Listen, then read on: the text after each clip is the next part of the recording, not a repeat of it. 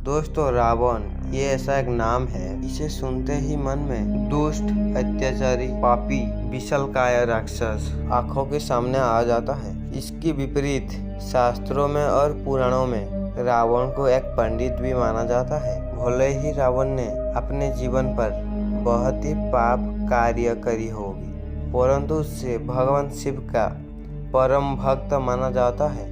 रावण के द्वारा लिखी गई शिव तांडव स्तोत्रम संसार की सबसे प्रसिद्ध शिव श्रुति मानी गई है।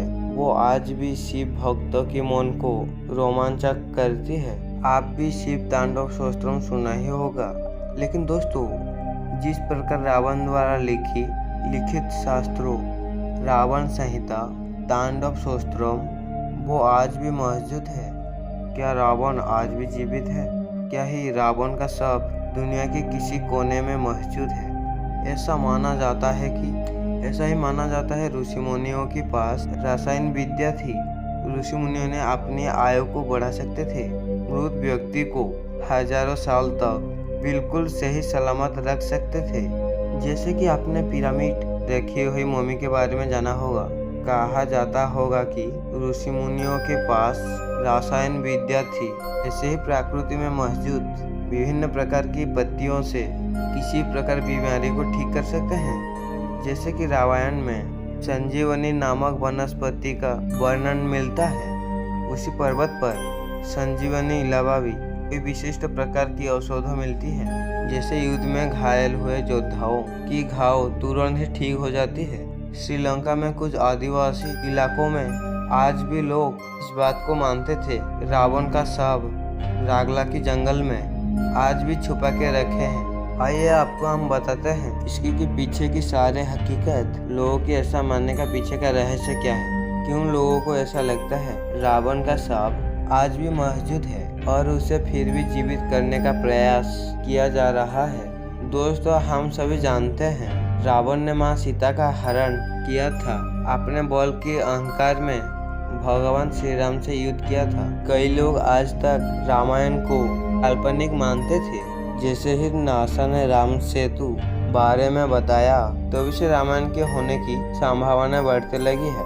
और भी ऐसे प्रमाण मिली है जिससे यह साबित होता है रामायण कोई काल्पनिक कथा नहीं। जैसे ही अशोक वाटिका, रावण का हवाई अड्डा और ऐसे प्राचीन खंडर जो कि कोई नहीं जानता कि किसने क्यों बनाया है। श्रीलंका की रामायण अनुसंधान कमेटी ने रामायण के होने का कोई प्रमाण बताई है और इस जानकारी में बताया गया स्थान सटीक है। इससे कोई भी बड़ी आसानी से नकारा नहीं जा सकता। लेकिन जब बात रावण की आती है, बड़े बड़े पुरातत्व वैज्ञानिक हैरान रह जाती हैं। दोस्तों, जब श्री राम के साथ युद्ध में रावण का अंत हुआ तो उसके बाद रावण के शव के साथ क्या हुआ बहुत ही कम लोग जानते हैं। रावण में ये तो बताया गया है रावण के अंत के पश्चात उसके शव को राक्षस जाति को सौंप कर प्रभु श्री राम ने विभीषण को लंका की राजा बनाई और रावण की पुष्प विमान पर बैठकर अयोध्या लौट गए। लेकिन यहाँ पर एक विचित्र परिस्थिति निर्माण होती है। लेकिन जिस राक्षसों को रावण का शव सौंपा गया, उन्होंने रावण के शव को जलाकर अंतिम संस्कार नहीं किया, बल्कि उन्हें रावण के शव को ले जाकर तंत्र मंत्र का विद्या से उससे पुनः जीवित करने का प्रयास किया। सभी जानते हैं कि रावण 9 ग्रह को नहीं, संसार में मौजूद हर प्रकार के विद्वान और महान चिकित्सकों को भी बंदी बनाया था, ताकि उससे किसी प्रकार की भी कष्ट ना हो। रावण के पास बड़े बड़े विद्वान ऋषिमुनि तथा चिकित्सक थे। कहा जाता है इन्हीं चिकित्सकों की सहायता से राक्षसों ने पुनः जीवित करने का प्रयास किया था, लेकिन वो प्रयास कई बार विफल रहा।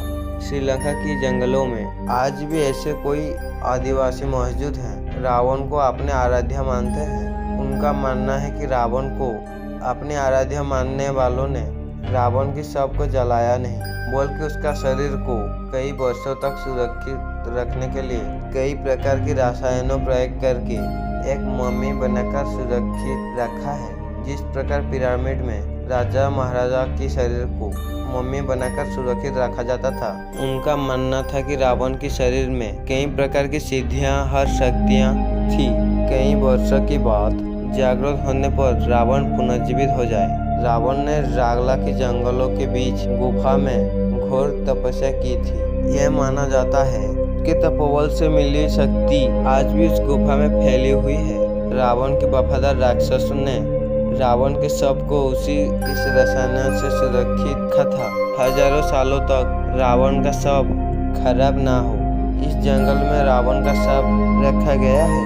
इतना घना है कि यहाँ पर कोई जाने की हिम्मत ना करे और इस जंगल में कई प्रकार के जहरीले नाग और जंगली जानवर रहते हैं। इसी कारण रावण की खोज करने के लिए डरते हैं। ऐसा माना जाता है कि रावण की शव की रक्षा कई खूंखार सांप जंगली जानवर करते हैं। कुछ लोगों का तो यही मानना है रावण की मम्मी के नीचे बहुत बड़ा खजाना दफन है। हालांकि कई लोग इसी बात से सहमत नहीं हैं। उनका मानना है कि अगर खजाना होता वो शेष रहना संभव नहीं है। रावण बहुत ही पराक्रमी था। माना जाता है रावण की मम्मी 18 फीट लंबी है। इसके अलावा भी रावण के जुड़े ऐसे कई प्रमाण मौजूद है जो श्रीलंका की रामायण अनुसंधान कमेटी ने दुनिया के सामने प्रस्तुत किए हैं। दोस्तों, आपको क्या लगता है, रामायण एक काल्पनिक घटना है कि सच्ची घटना है? आपके राय कमेंट पर जरूर देना।